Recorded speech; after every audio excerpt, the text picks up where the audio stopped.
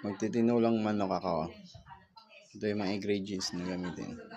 Magtitinulang yung sayote, manok, yan, bawang, sibuyas, luya, tanlad, saka nor chicken, saka oregano. Yan, lagi ko nilalagyan ng tinula ko, oregano, saka malunggay.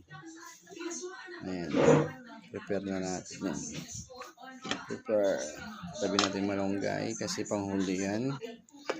Asin, bitchin, tsaka mantika. Ayun na. Nagpakulo pala ako ng tubig para dyan sa aking tanlad. Papakaluin ko yan. O, separate natin yan para yung green, magigreen katas yun. Habang nagpapakulo ako, magigisa na ako. Mantika. Ayan, mantika, tsaka bawang. Halo-haloin ng konti hanggang sa mag-brown. Tapos i-mix natin ang sibuyas. Ayan. Pag nagigisa kasi ako pag sibuyas, yan, tinatakpan ko agad yan para yung aroma ng sibuyas nandyan kumakapit. Yan. Mga 3 minutes lang yan. Ayan yung luya. Ganun din processing yun. Luya. Ayoko kasi hindi natatakpan kasi yung amoy. Gusto ko yung pagbukas ko yung amoy ng mga yun. Mahalalanghap ko. Ayan. I-mix na natin yung oregano. Oregano pala dilak. Hinidiknik ko pala muna yun. Ayan.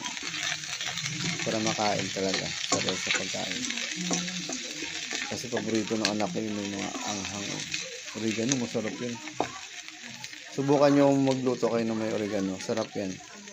5 years ko na ginagawa yan eh. Yan, takpan ulit natin ng 1 minute. Buksan ko na ulit. Ayan na.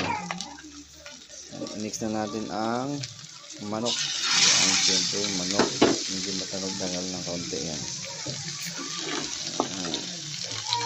Halo-haloin na natin. Yan.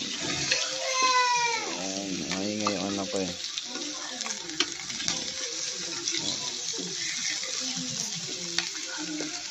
Yan. Subukan nyo talaga mag-ano kayo, tinula na may oregano, masarap. Padagdag sa mentol. Yan. Takpan natin yan, takpan. Balikan natin to ang ilagan natin na tanlad. Yan, kita nyo yung kulay ng katas, nag-green na siya. At saka yung bango, yung